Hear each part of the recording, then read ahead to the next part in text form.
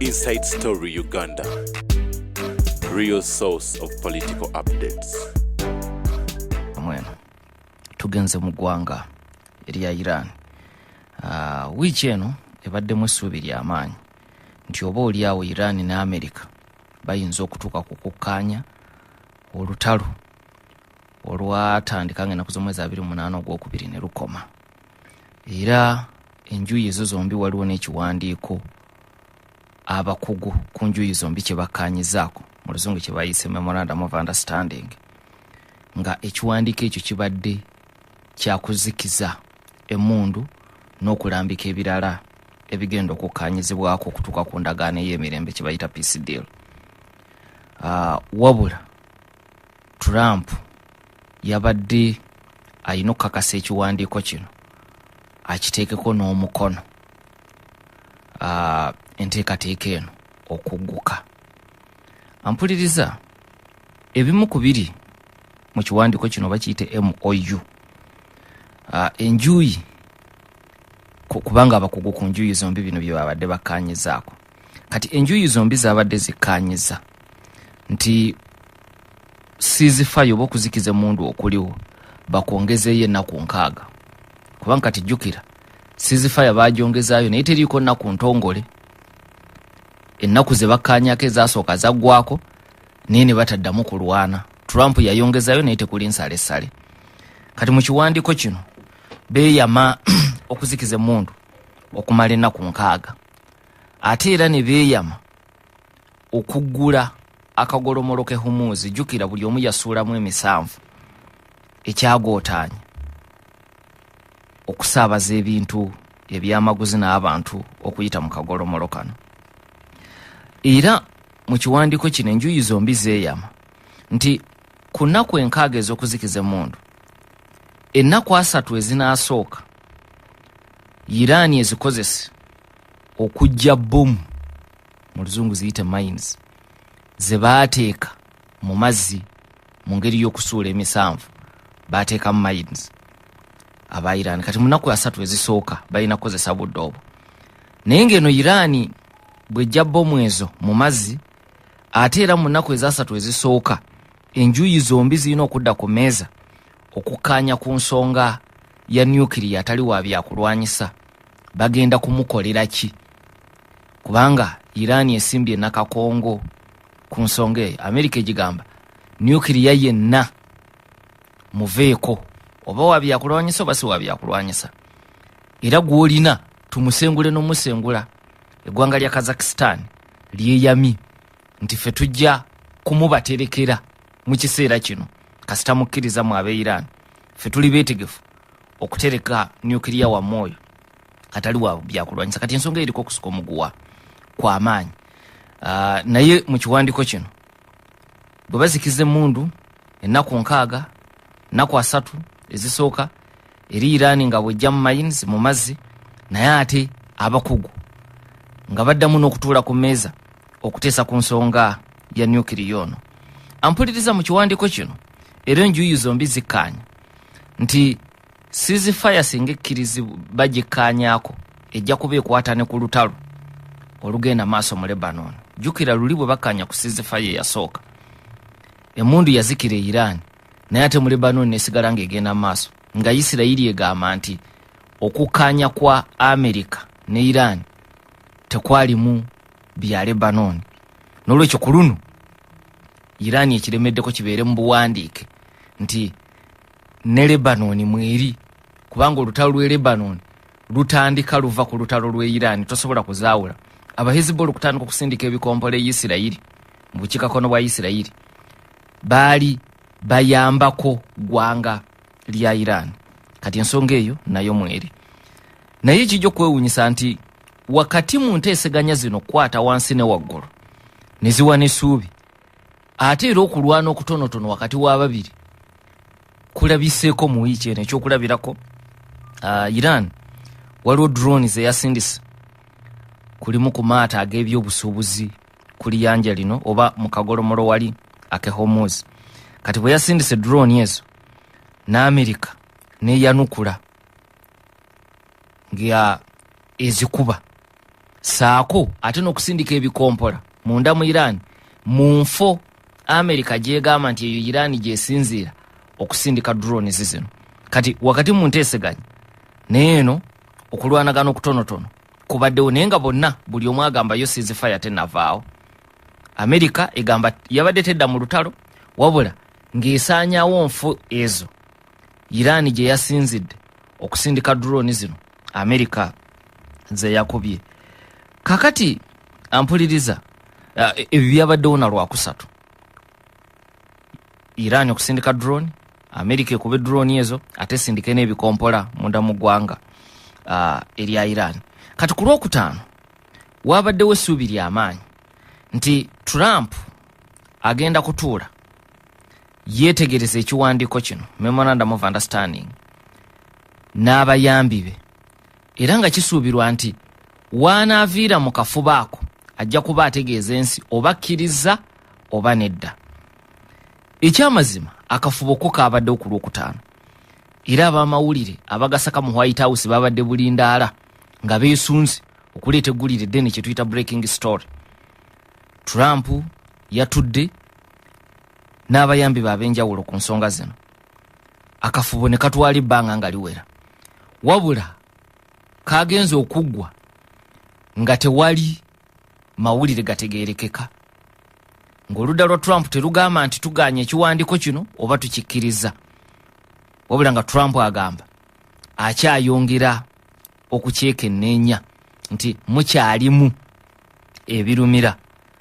Amangu ddala ng'ensisinkano eno emaze okwabuka, Trump ng'enkola ye yagenze ku mutimbagano ku kibanja kye ekya Truth Social we yasinzidde n'aga nti wakyaliwo ebintu Iran byekyayina okutereeza naye nga tagamba nti kino akigobye. Era n'aga nti ye akagolomolo ak'Hormuz ayagala mu kuggulwawo kabe nga tekaliiko bukwakkulizo bwonna, so nga mu kiwandiiko kino okukaggulawo kuliko obukwakkulizo. Kati ye Trump aga nti akagolomolo kano tekalina kubeerako bukwakkulizo nga tukaggula. N'ayogera n'ebintu ebirala bingi ebiringa ate ebikontana n'ebimu ku byakkaanyiziddwako mu MOU eno. Kakati Iran yamwanukudde, era Mohsen Rezai nga y'omu ku bawabuzi ab'oku ntikko abawabula Supreme Leader we Iran Mojtaba Khamenei yayanukudde Trump ng'ayita ku kibanja kye ku mukutu ogwa X, naga nti Trump bye yayogedde ye tebimwewuunyisa, bye babadde basuubira, era naga nti kakati guno mulundi gwa kusatu nga enteeseganya n'ebizivuddemu Trump abisambajja oba ali olukwe mu nteeseganya. Mohsen yagambye ati nti as predicted, the President of the United States is betraying diplomacy for the third time. By continuing the naval blockade and making excessive demands in negotiations, he has once again proven that he is not inclined toward negotiation and is pursuing other objectives. Kakati Mohsen yaga nti ekyennyamiza wano nti enteeseganya balina bye bakkaanyizaako abakugu ku njuyi zombi. Kati ate Trump ali mu kusaba ebipya. Waliwo ekiggusiddwa naye ate kati azzeemu kusaba bipya. Making excessive demands in negotiations. He has once again proven that he is not inclined toward negotiation. Yagamba nti akabonero akalaga nti enteeseganya zino tazikkiririzaamu, nti era alabika ayina ye amakubo g'agoba amalala oba oliawo g'alowooza nti ge gajja okuggusa ebigendererwa bye. N'olwekyo wiiki eyatandise ng'erimu essuubi, kuba bino ku lwokubiri byabadde bikkaanyiziddwako ebiri mu MOU eyo. N'olwekyo essuubi ne liba ly'amaanyi, era ku lwokutaano n'ab'amawulire mu White House ne beesunga okufulumya eggulire eddene. Akafubo ne kabeerawo ne kagenza okuggwa nga Trump aga nti nkyayina okwetegereza. N'olwekyo wiiki tugimazeeko bwe kityo. Omukisa ogukyaliwo nti teyagambye nti akigobye, naye ali mu kusaba bipya. Iran byegamba nti tejja kukkiriza. Mpuliriza mu bino byonna America yekokola Brigadier General Ahmed Vahidi mu ggwanga lya Iran. Baga nti ono yasinze okukalubya ebintu naddala ku nsonga ya kagolomolo n'ensonga ya nuclear. Brigadier General Ahmed Vahidi Abamerika gwe basinze okwekokola nti yasinze okuteekawo obukwakulizo, yanyigiriza amaanyi n'obuyinza ayina bungi mu Iran wetwogerera, ti yasinze okuteekawo obukwakulizo obukyabalemesezza okutuuka ku kukkaanya. Mpuliriza, Ahmed Vahidi olwaleero yaduumira ekibinja ekya Islamic Revolutionary Guard Corps kyetumanyi nti kibadde kisaale nnyo mu lutalo luno, era obuvunaanyizibwa buno yabufuna olutalo lwakatandika. Kuba olutalo lugenda okutandika, si yali omuduumizi w'ekibinja ekyo, ye yali amyuka muduumizi. Eyali omuduumizi ye mugenzi General Muhammad Pakpul. Abayisirayiri baamutta ku lunaku olwasooka olw'olutalo nga 28 Ogwokubiri. Bwattibwa omumyuka we n'amudira mu bigere Ahmed Vahidi, n'olwekitegeeza nti mu lutalo lwonna ebirowoozo bya Brigadier General Ahmed Vahidi bibadde bikulu, kubanga yabadde omuduumizi w'ekibinja kino ekya Islamic Revolutionary Guard Corps. Kasooke nzija obubaka buno bwe tukomawo ntandikiraawo. Ampuliriza bwe tugenda mu kuwummula, mbadde nkulaga omusajja America gwe yeekokkole nnyo nti abalemesezza okutuuka ku bintu bingi mu nteeseganya ye Brigadier General Ahmed Vahidi. Ampuliriza, omukulu ono mu kiseera kino y'omu ku bantu abatono abakkirizibwa okusisinkana omukulembeze omusukkulumu Mojtaba Khamenei we baagalidde. Batono nnyo abakkirizibwa okusisinkana Mojtaba Khamenei. Tujjukira nti Mojtaba Khamenei yali mu kifo kimu ne kitaawe omugenzi Ayatollah Ali Khamenei, Isirayiri ng'ekola obulumbaganyi. Kitaawe mukyala we n'abantu abalala baafa, ye yasimatuka naye yafuna ku bisago. Kati okuva olwo nga 28 Ogwokubiri taddanga mukulabwako mu lwatu, wabulaze afulumya ebiwandiiko ebyenjawulo. Kakati gyali si buli muntu nti amulaba, era n'omukulembeze wa Iran gye buvuddeko omwezi oguwedde lwe yamusisinkana lyali ggulire eddene ng'avuddeyo nagaba nange nva kusisinkana omukulembeze omusukkulumu. N'olwekyo kati Ahmed Vahidi y'omu ku bantu ab'olubatu abayina enkizo mu kusisinkana Ayatollah Mojtaba Khamenei we baagalidde. Okwawukana ne banna abalala abali mu nteeseganya, ye tabeera mu lwatu. Tujjukira enteeseganya ezaali e Pakistan.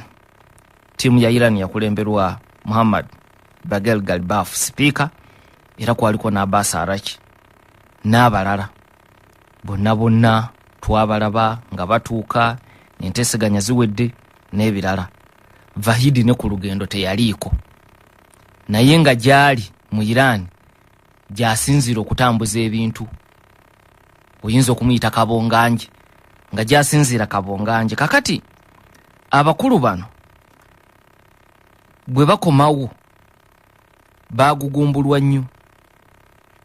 Ghalibaf ne Abbas Araghchi munda mu bakulembere eggwanga erya Iran mwaba balina obuyinza nti mu nteeseganya yadde tezirina kye zaggosa, naye ate ku byavaayo byali biraga nti baaseeseetuka nnyo. Jjukira ttiimu ya America yali ekulembeddwa Vice President J.D. Vance. Era bwe bakomawo Vahidi ne bamwongera amaanyi n'obuyinza mu kusalawo ku nsonga zino, yadde era azibaddemu, naye obuyinza bwe ne bweyongera. Era okuva olwo abakulu bonna abali mu nteeseganya zino naddala abava e Pakistan bwe bajja e Iran, bwe bamala okusinkana minisita w'ensonga ez'amawanga amalala ne sipiika mu lwatu, ate mu kimpowooze balina okuwuliziganya ne Brigadier General Ahmed Vahidi, kuba bakimanyi nti bintu bingi ku nsonga zino bw'aba tabikonye mu sitampu tewali kijja kugguka. Kakati General Vahidi okufaanaganako ne mukama we Khamenei naye yeekuumira mabega wa butaala.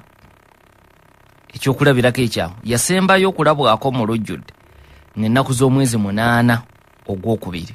So olutalo lugenda okutandika nga 28 nga ye yadda dde mabega. Nejjukira mu kiseera ekyo yali tanafuuka na mukulu muduumizi wa Islamic Revolutionary Guard Corps, yali mumyuka nga General Muhammad Pakpulu akyaliwo, naye asembayo okulabwako mu lwatu ennaku z'omwezi zaali 8 ogwokubiri. Yadde obuduumizi bwa Islamic Revolutionary Guard Corps abufunye wano nga 28 nga mukama we attiddwa. Jukira nakuga nti bayina enteekateeka wano gye baakazaako eya fourth successor. Oli bw'avaawo addako abaamanyiddwa, tewali biseera byakuddaawo kumagaamaga. N'olwekyo oli olwattibwa mangu ddala General Vahidi yafuukirawo omuduumizi mu nkola yaabwe eya fourth successor. Kakati nene bwe yali tanatuuka ku bukulu obwo, abadde wa nkizo mu bukulembeze buno okumala emyaka mingi, era kiba kyolaba nti azze ateekebwako envumbo okumala ebbanga ddene. Amerika emutaddeko envumbo eziwerako olw'obulumbaganyo obwerako Iran bwezeekola, so nga ne Interpol, poliisi y'ensi yonna, yamuteekako dde ebbaluwa ze bakuntumye. Interpol emunoonya olw'obulumbaganyo bwakolebwa ku kifo ky'Abayudaaya mu Argentina mu 1994. Ne wafiirawo abantu bangi, bomu zaabwatukirawo ne wafiirawo abantu bangi. Kati okunoonyereza kwalaga nti Iran ye yateekateeka obulumbaganyo obwo, era eyawoma omutwe mu nteekateeka eyo kabonganji nga ye General Ahmed Vahidi. Kati okuva olwo yateekebwako ebbaluwa ze bakuntumye za Interpol. Naye ne Amerika ezzeemuteekako envumbo ez'enjawulo nga bwe naakulaga mu maaso awo. Ekimu ku bitongole ebinoonyereza ku by'entalo mu Amerika ekya Institute for the Study of War, emabega kaawo baafulumizza ekiwandiiko mwe baakubidde tooki mu General Vahidi ono, ne bagamba nti amaanyi ge mu kiseera kino eky'olutalo mu Iran tegali mu kulwana kwokka, wabula ne mu nteeseganya.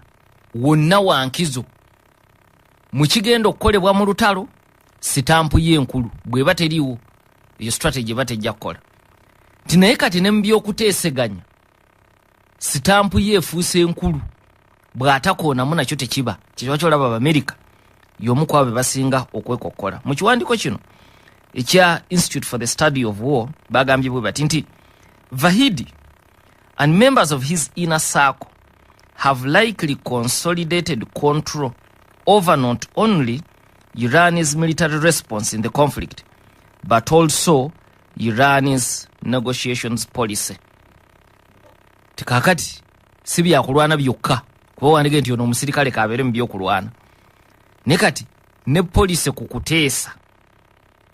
General Vahidi asalawo kinene kiba kyolaba nti kati abakulu bonna abava Pakistan bwe batuuka e Iran, bamala okulaba Galibaf, bamala okulaba Arachi, bamala okulaba president wa Iran, ate bayina yono gwe bayina okuwuliziganya naye nga kumpi akoonamu ekisembayo. Ampuliriza, enteekateeka ya Iran mu lutalo luno ebadde bweti nti tusule emisanvu mu kagolomolo ke Hormuz, tukyankalanye ebbeeyi y'amafuta ne gaasi, tuleetewo akatyabaga mu nsi yonna ku bbeeyi y'ebyo ebibiri, era ekyo ne kituukirira mu bwangu. Kati nawane Kampala amafuta ogasanga ku 65, ogasanga ku 7. Kati ekyo kiteeketeeke ekya kagolomolo kano nti naye badde strategy mu lutalo. Ekirala kwe kusalawo nti buli lwe batukuba tulumba amawanga gano agatwetoolodde, nga tulumba enfo mwe tumanyi nti Abamerika bayina mu interests batuse n'okkuba amawoteri kasita bazuula nti awaliwo interests za America naye mu kkuba ebintu ebiri mu interests za America ate baba bakosa amawanga ago ga Kuwait, Saudi Arabia, UAE, Qatar. Ekyo nakyo kiteeketeeke mu strategy yaabwe. Kakati mu kino baba manyi nti baba bateeka akazito kwa America kuba banywanyi baayo baba wanjagira America nti abaayi naye lwaki bino tebikoma tukooyo okukubwa n'okusesebulwa. Kati mukola bino byonna Abamerika bagamba nti ebirowoozo bya Vahidi obiraba nga byetoolodde byebulungudde okusalawo ne strategy eno nti bwe luba lugoyi n'otunuulira strategy ya Iran mu lutalo bw'ogisitula bw'oti n'ojambaza Vahidi emutuuka bulungi mu kiwato mu buwanvu bw'ebigere ne mu mikono nti eyo yendowooza yenga omuntu okumala ebbanga ddene. Era mu strategy eno Iran yina endowooza nti olw'embonereza gyebonerezaamu amawanga gano agagyetoolodde ekimanyi America tesobola kuwangaala mu lutalo luno bbanga ddene kuba bano baba bajja kugigamba nti bannange ng'otussa. Kati Abamerika mu ndowooza yabagamba ebyo birowoozo bya Brigadier General Ahmed Vahidi.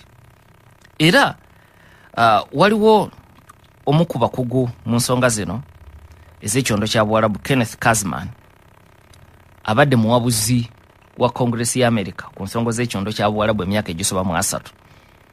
Ayina ekitongole kati kyakolera bakiyita the Sufan Group kisinzira New York. Bwe yabadde ayogera ku bigenda maaso n'enteeseganya n'olutalo engeri gye lukwatiddwamu yagambye nti tewali kubuusabuusa. Ennwana n'enteesa ya General Vahidi yagambye nti this reflects Vahidi's confrontational style nti ennwana ye n'enkola ye ey'obukambwe byolaba mu nnwana n'enkola y'ebintu eya Iran. Kati Kenneth Kazman era yagambye nti Vahidi yagambye ati nti Vahidi comes from that mindset of unending revolution, unending resistance. Nti endowooza ye y'abantu abatakkiriza nti revolution yaggwa ey'ensavu era abatakkiriza nti okuguguba kuliko ekkomo. Unending revolution, unending resistance. Era naga nti Vahidi believes the US needs to be challenged at every turn. Nti America eyina okuteekebwa ku bunkenke ku buli kyekola kwega ereme kukola kintu bagireke kusaalimba busaalimbi ti buli kyekola eyina okubonerezebwa. Kazman agamba eyo yendowooza ya Vahidi. Kakati ng'oggyeko okumwogerera naye naye ebimu ku bigambo byazze ayogera ne byateeka ku kibanja kye okumala ebbanga bikulaga nti abamwogeddeko tebamuwaayiriza.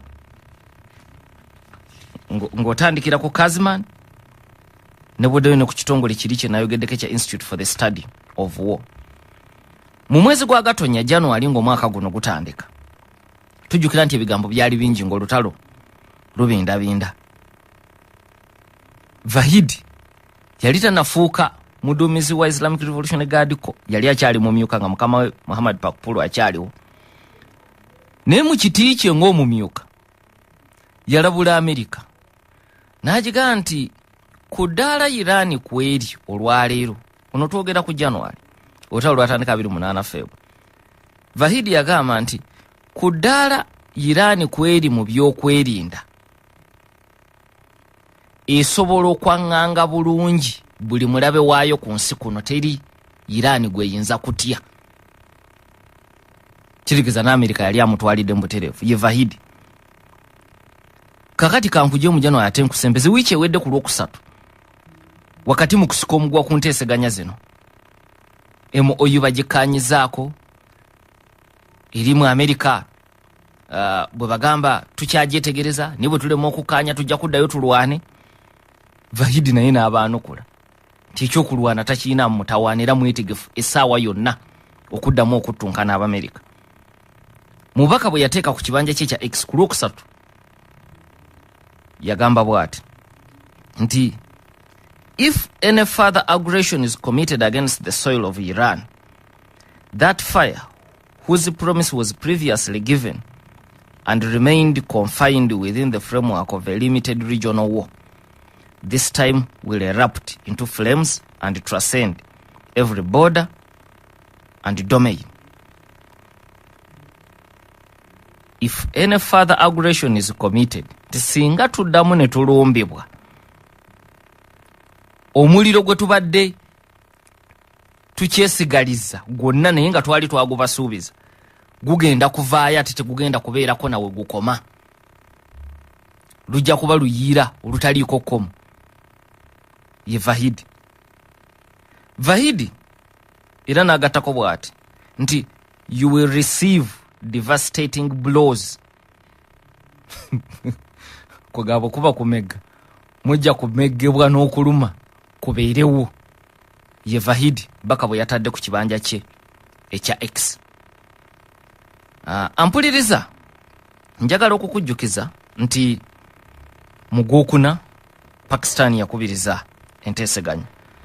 Speaker Muhammad Bagher Ghalibaf n'akulembera ttiimu eya Iran, ttiimu ya America n'ekulemberwa Vice President JD Vance. Era ne bagenda ne batuula. Ghalibaf yajja n'Abbas Arachi, of course JD Vance yajja ne Jared Kushner mukodomu wa Trump ate ng'era muwabuzi we. Era ku ttiimu eyo kwaliko n'Ambassador Steve Witkoff omuyambi wa Trump ow'enjawulo ku kyondo kya Buwarabu.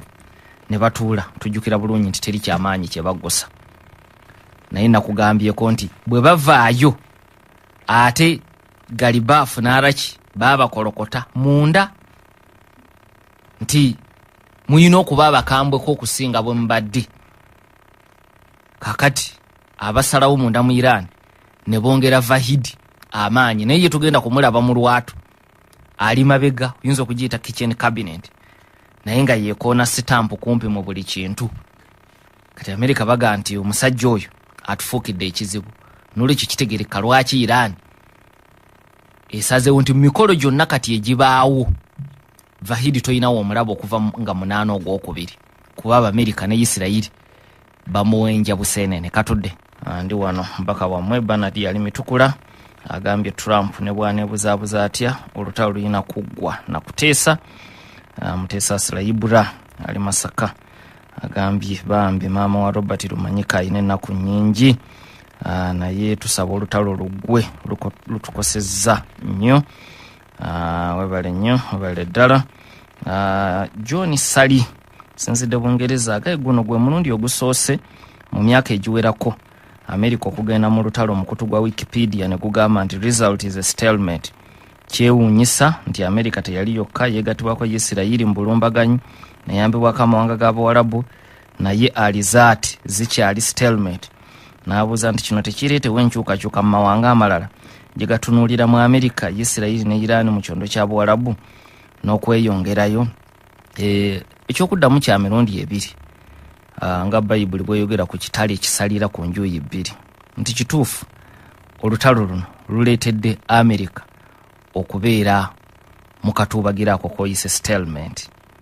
Naye lwaki tekisobola kuyinula nnyo balala nti amawanga amalala agali ku mirannyi n'America gayinza obutabeera meetegefu kusasulira muwendo Iran gwesasulidde okutuuka ku kino, the cost omuwendo munene. Nzize njogera ku miwendo n'ensimbi Iran ze yeetaaga okusaasaanya okuzzaawo ebintu ebyonoonese era ne mu nteeseganya zonna ne badde ensonga nkulu okutuusa mu nteeseganya zino ezisembayo. Iran eyagala ensimbi buwumbi na buwumbi okweddaabulula. So mawanga si mangi meetegefu era ekyo kyekiremesa entalo mpitirivu. Bw'osoma ekitabo kya Tom Friedman, The World is Flat, akulaga amawanga mangi agaba gatuuse ku ddakiika y'okulwana naye ekyo ne kikomya olutalo lyagenda okutunuulira muti naye kale ne bwe n'abantu wangudde naye nja kuba nfiiriddwa kino na kino kijja kuntwalira emyaka bwe kityo okukizaawo ng'aga nti kati amawanga gakkiriza okutuuka ku kino nga okusoomoozebwa kwe galina kwekwo okuyinza n'okusaanyaawo ensi kye bayita existential threat. Kati bwebeera existential threat oba mwetegefu okufiirwa kyonna. Kati ku ludda lwa Iran eno egitwala nga existential threat. Kati ky'oyinza okwebuuza nti amawanga amala gagulana n'Amerika okugugula n'okwo bwe bakukuba mu ttooki kuli ku ddaala lya existential threat. Kati ekyo kye kijja okusalawo enkolagana n'endaba gye balabamu Amerika ebiseera eby'omu maaso. Webale nnyo webalire ddala. Mulangira Twaha Kayundo mu URA agambye nti sebo tuli mu ssaza lya Ssaabasajja Kyaggwe tugoberera. Webale kubeererawo famire ya munaffe Robert Wamala Lumanyika. Nammwe sebo mwebale kumubeererawo muganda waffe oyo mu kiseera ekyo eky'omutawaana. Rashidi Sekindi agamba nkyali wano Makka. Nalabye Abawarabu essanyu lye baalaze abalamazi abava e Irani nenkakasa nti bye tulaba mu media byawukana n'ebituufu era babalabirira mu ngeri ya njawulo. Kakati bye abantu ba bulijjo kankutegeeze naye ku ddaala ly'obukulembeze birala nnyo era gw'oteeka okuba okimanyi nti tuyinako ambasada wano mu Uganda yali amaze Irani ebbanga ddene. Gavumenti ya wano bwe yamusindika Saudi Arabia ne bamugaana ng'ensonga yokka gye baaweeryemu nti abadde nnyo e Iran y'ensonga yokka tebamuyinaako buzibu n'obwa Seeka nga yali yabusomera Saudi Arabia nene omugaa nti nedda ssebo n'olwekyo embiranye y'amaanyi eky'okulaberako ekirala nja kukikuwa gw'okimanyi Rashid Sekini nti olwaleero bw'ofiira e Makka gy'oli omulambo gwe tegujja kudda wano. N'ojjukira emabega myaka giwezeeko bwe wali akasamba tuko stampede abantu ne bafa bangi omwali ne Bannayuganda. Aba Irani bonna abaafa Irani yagamba Saudi Arabia bwe mutabazza tugenda mu sematalo wa kusatu era gye emirambo gyokka egyatikkibwa ne giva Saudi Arabia okudda Irani. N'olwekyo va mu by'abantu ba bulijjo amawanga Irani ne Saudi Arabia embiranyi nene nnyo nnyo nnyo nnyo nga gye nkomeza ate si yakugwa kati kubanga eva wala nnyo. Naye webale okusinziira ye Saudi Arabia n'otugoberera. Gita Benz agambye Abamerika tuswaddemu. Gita Benz bulijjo oli mu Amerika naye tutubuulidde kiki kibaswazizza. Wabula webale nnyo webale ddala okugoberera. Kalule Peter Clever muyizi Lubiri Secondary School agambye ffe tuli mu kibiina tuyiga. Mwebale nnyo mwebalire ddala. Mpuliriza mungire okusindika obubaka tujja kubuyitamu obudde nga bunaaba butusobozesezza. Wetugenda mukuwumula mbadde ndi mu kukubira tooki mu musajja Amerika gwe yeekokkola nti obukwakkulizo buno obusinza okulemesa enteeseganya yabwesibyeko ennyo naye mu nteeseganya ye taba nayo. Naye olw'okuba n'Amerika emanyi obulabe Vahidi bwalimu enkuuma gy'akuumibwa kumpi eringa ya Ayatollah Khamenei katogera Khamenei ono omutomo gitaba kubanga okuva 8 ogwokubiri talabika mu lwatu kubanga Amerika ne Isiraeli bamala okusongamu oluno bweruti kitegeeze saawa yonna bakwagala bakunoonya oveewo omuzizi koogwo gubaviire. Brigadier General yazaalibwa mu kibuga Shiraz kiri mu bukiikaddyo bwa Iran mwaka gwa 1958. Vahidi okufaanagana abavubuka abalala ab'emyaka gye revolution bwe mala okubeerawo mu 1979 yeegatta ku ggye lya Iran abavubuka abayingira amagye okukuuma revolution ate baleme kubazaayo mabega mu bukulembeze bw'abasha. Era olutalo lugenda okubalukawo olw'amaanyi olwamala emyaka 8 mu gy'ekinaana wakati wa Iran ne Iraq yali ekulemberwa Saddam Hussein. Vahidi nga musirikale mutendeke mu ggye lya Iran era olutalo olwo yalulwana nnyo. yatandikira mu kitongole ekikesi ekya Islamic Revolutionary Guard Corps era n'aweereza mu bifo bingi n'atuuka n'okusindikibwako wabweru w'eggwanga erya Iran. Olw'enkola gye yakola emirimu ennungi yaganja mu banene abawerako abaali balina obuyinza ku mulembe gwa Ayatollah Khomeini, kati siri ku Khamenei bano ababiri, ndi ku Khomeini Ruhola eyasooka. Era omu ku bantu abafuuka bataata be mu bya revolution ye Akbar Hashim Rafsanjani, oluvannyuma yafuukako president w'eggwanga erya Iran. Era Rafsanjani mu kitabo ekikwata ku bulamu bwe autobiography, omu ku basirikale ab'amaanyi baayogerako be yakolako nabo be yazimba ye Vahidi. Era mu kitabo ekyo Rafsanjani aga nti myaka gy'ekinaana waaliwo enteekateeka ya Iran okugula ebyokulwanyisa okuva mu Amerika mu nkukutu eyava mu kye bayita Iran Contra Scandal. Pulizo osobola ogisomako mu biseera bye eby'eddembe, ogenda bugenzi mu mutimbagano saaki engini yonna n'oteekamu ebigambo ebyo. Iran Contra Scandal. Kati Iran Contra Scandal jukira 79 shaba mujeko Khomeini yazze n'enkola y'endala, mafuta bageddiza, ebintu byonna bye yakola nga bigulawo olutalo na Amerika. Ekyaddako ne bawamba abakungu ba Amerika ku kitebe. Jimmy Carter nga president n'ayagala gy'abanunule n'aswazibwa kubanga ekikwekweto kyagwa butaka yalemwa. Kati ebyaddako Amerika kuteekawo nvumbe ez'amaanyi ku ggwanga lya Iran. Envumbe ezo zaali tezikiriza Amerika kuguza Iran byakulwanyisa. Wabula mu gy'ekinaana awo obulumbaganyi ne bukolebwa ku basirikale aba Amerika mu ggwanga lya Lebanon. Bangi ne bafa n'abala ne bawambibwa ng'aba Hezbollah be babalina. Kati nga ensi yokka esobola okwogera n'aba Hezbollah okutabali ye Iran. Kati Ronald Reagan yazze, jjukira oli yali Jimmy Carter, kati tuli ku Reagan. Reagan kwe kusalawo nkukutu ateese ne Iran babaguzeeyo ku byokulwanyisa yadde waaliwo envumbe etabakkiriza, ne Iran eyogere n'aba Hezbollah bayimbule abantu be baali bakutte Abamerika. Kati Rafsanjani aga nti mu nteeseganya ezo ez'enkukutu, kubanga ku lwa Iran Ayatollah Khomeini eyaliwo obuyinza yabuwa Rafsanjani. Kati Rafsanjani agamba omu ku bafuutu soja b'ab'amaanyi yali Vahidi mu myaka egyo egy'ekinaana, n'olwekyo olaba obwesige obw'ekika ekyawaggulu. Ampuliriza mu kye bayita Iran Contra Scandal ata gimanyi kanji kunnyonnyole ku katono mu dakiika ng'emu bbiri. Mu nteekateeka eyo Amerika yasalawo eguze Iran ebyokulwanyisa yadde amateeka gaali tegakkiriza Amerika.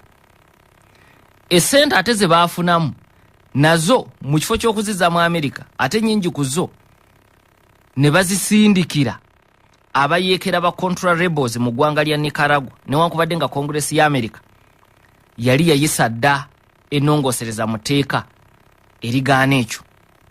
Ennongosereza eyo yakazibwako Boland Amendment. N'olwekyo kibaki abawandiisi b'ebyafaayo bakigatta ne bakiyita Iran Contra Affair oba Scandal. Naye nga nsonga zaali zikwata ku nsi bbiri, mu mbeera ya bulijjo byandibadde tebikwatagana na kwatagana.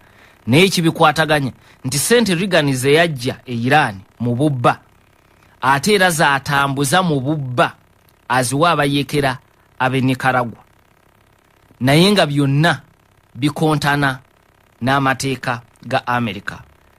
Kati ensi ejjeetya okumanya bino. Mu 1986 Reagan yali akyali president. Ennyonyi y'abakontura bano yakubwa eyali etambuza ebyokulwanyisa mu bwengula bwa Nicaragua. Bwegwa ku bingi ebyazuulwa nga waliwo obubonero obulaga nti Amerika ensonga z'olutalo n'ebyokulwanyisa ebyali ku nnyonyi eyo yabirimu. Kongresi ya Amerika n'eteekawo akakiiko okunoonyereza akakazibwako Tower Commission, okunoonyereza okwo ne kuzuula bingi. Kansooke nzijja obubaka buno Ampuliriza tuguse mu kitundu ekisembayo Sembajje Paul ali mu America gabo basabirira olutalo lukome kubanga ebbeeyi y'amafuta ebakosezza nnyo. Assistant RDC w'Embende Benon Tebyasa agenze n'okuwadde empagira America naye okuwagira omuntu akyukakyuka naye akutabula ni wano mulala gambia atya abambala zaabwe semakula ag'ekinewunyisa ku ntalo abantu mu ntandikwa babuusa amaaso ekyokulwanyisa ekisinga obwangu bonna bajjayo ebyokulwanyisa binnamuzisa naye ne bamaliriza nga bazeeyo ku kyokulwanyisa ekisinga kyekyokuteesa round table pen and paper. Ampuliriza mu nsaasiro olw'obudde obubaka wa Mwambukomyawo wetugenda mukumula mbadde nkulaga Rafsanjani mu kitabo kye kikwata ku bulamu bwe yatendereza Vahidi naye Vahidi gwayogera ku wa myaka gya 8 nga muvubuka muto. Kakati nkugaye nti Rafsanjani akakiiko bwe kateekebwawo akattawa commission okunoonyereza ku nnyonyi yagwe Nicaragua ne kizuulwa nga waliwo abakungu mu gavumenti ya America ddala abeenyigira mu kuguza Iran ebyokulwanyisa ate era ne bawa n'abayeekere Nicaragua ensimbi n'ebyokulwanyisa nakyo ekyali kikontana n'amateeka era baweebwa ebibonerezo bangi ne basindikibwa mu kooti emisango ne gibakka mu vi ne baweebwa n'ebibonerezo naye alipoota eyo yejjeereza Ligani nti yadde abamu ku bali mu gavumenti ye beenyigira mu kumenya amateeka okwo naye ye nga president yali tabimanyiiko kati bali be baasiba Ligani gwe batavunaanye n'akozesa obuyinza bwe n'abasonyiwa n'abayimbula okuva mu makomera. Naye okuzayo ku Rafsanjani mu biseera ebyo we yakolera ne Vahidi okusooka yali muwabuzi wa Ayatollah Ruhollah Khomeini oluvannyuma 89 okutuusa 97 n'afuuka president so nga ate era yaliko speaker wa parliament ya Iran enfunda eziwera ate oluvannyuma n'afuuka ssentebe Expedience Discernment Council lukiiko lw'amaanyi nnyo mu ggwanga lya Iran. Mu ggwanga erya Iran bwe wabeerawo okusika omugwa wakati wa parliament ne Guardian Council olukiiko olwo lwe lutawuluza enkaayana ekyokulabirako nti parliament bweyisa amateeka galina okugenda mu Guardian Council egakakase kati singa wabeerawo okusika omugwa kuteeka Expedience Council yejja n'esala eggoye kati kikulaga obukulu bw'ekitongole ekyo Rafsanjani nakyo yakikola kakati. Rafsanjani era olulala yataasa ne Vahidi bwe yali agenda okuvunaanibwa mu kooti y'amagye ng'omu ku basirikale abaali baduumira ebikwekweto abayeekerera mu myaka egy'ekinaana baabayitako ne bajja bakola obulumbaganyi munda mu Iran. Kati bano banjawulo mu myaka gy'ekinaana waliwo olutalo lw'emyaka 8 wakati wa Iran ne Iraq naye ate era wakati mu lutalo waliwo n'obulumbaganyi bwakolebwako Iran nga bw'abannansi ba Iran abadduka nga gavumenti ya Shah egudde nga baagala okukomawo bavunike gavumenti ye Iran. Kati Vahidi ne banne baanenyezebwa nnyo olw'obunafu. Ayatollah Ruhollah Khomeini yali ayagala Vahidi ne banne bavunaanibwe. Rafsanjani ne yeegayirira nnyo Ruhollah Khomeini era Vahidi ne banne ne basonyiyibwa. Ng'amaze okuvuunuka ebyo Vahidi yalondebwa okuduumira Quds Force eyali yakatondebwawo kabinja ak'enkizo mu Islamic Revolutionary Guard Corps era yakaduumira okumala ebbanga ddene. Mu buvunaanyizibwa obwo mwajja n'emisango gino egireetedde okumuteekako envumbo empitirivu ze nayogeddeko ekyokulabirako nti ebibinja ebyajja bitondebwawo ebirala Hezbollah, Hamas n'abalala n'Abahuthi babamuteekako kubanga abo Iran beekolagana nabo mu kyondo ky'Abawarabu okutuukiriza ebigendererwa byayo naddala ng'ettunkana eggwanga liri erya Saudi Arabia. Buli omu alina interests ze mu kitundu ekyo. Kati Vahidi ng'ali mu Quds Force ye yali olujegero olugatta ebibinja ebyo n'eggwanga lya Iran. Nakutegeeza dda nti mu 94 bulumbaganyi bwakolebwa ku nfo y'Abayudaaya mu Argentina ne wafiirawo abantu 85 bisatu ne bafuna ebisago eby'amaanyi.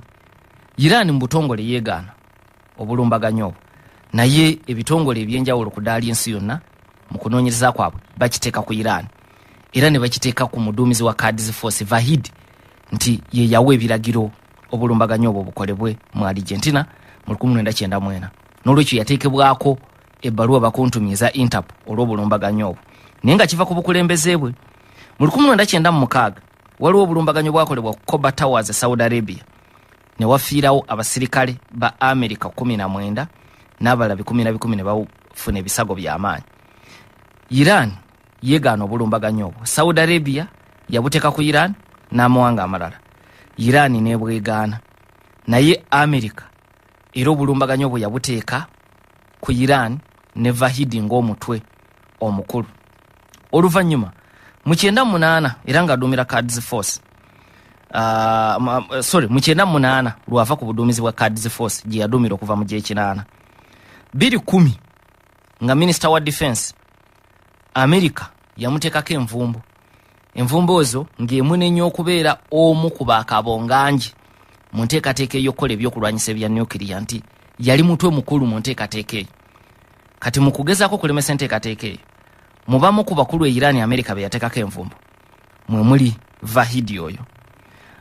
Oluvannyuma Vahidi bwava Ministry ya Defense yafuuka Minister ow'ensonga ez'omunda 2022 mujjukira omuwala Mahsa Amin eyakwatibwa olw'okujja mu kibuga nga teyeebikkiridde ekimenya amateeka ge Iran.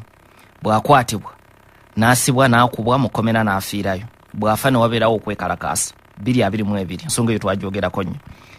Okwekalakaasa okwo poliisi n'amagye baakugumbulula mu bukambwe obw'ekitalo. Kati mu bukambwe obwo bantu bangi baafa, abalala ne basibwa, abalala ne batulugunyizibwa. America yateeka envumbo ku bantu ab'enjawulo e Iran abeenyigira mu bikwekweto ebyo n'abaawo ebiragiro era omu ku be baateekako envumbo ye General Vahidi. Kati America yesanze mu kusoomoozebwa nti omusajja aliko ebbaluwa ze bakuntumyeza Interpol, musajja gwetaddeko envumbo empitirivu ate ayina okusalawo kinene mu nteeseganya ezigenda maaso.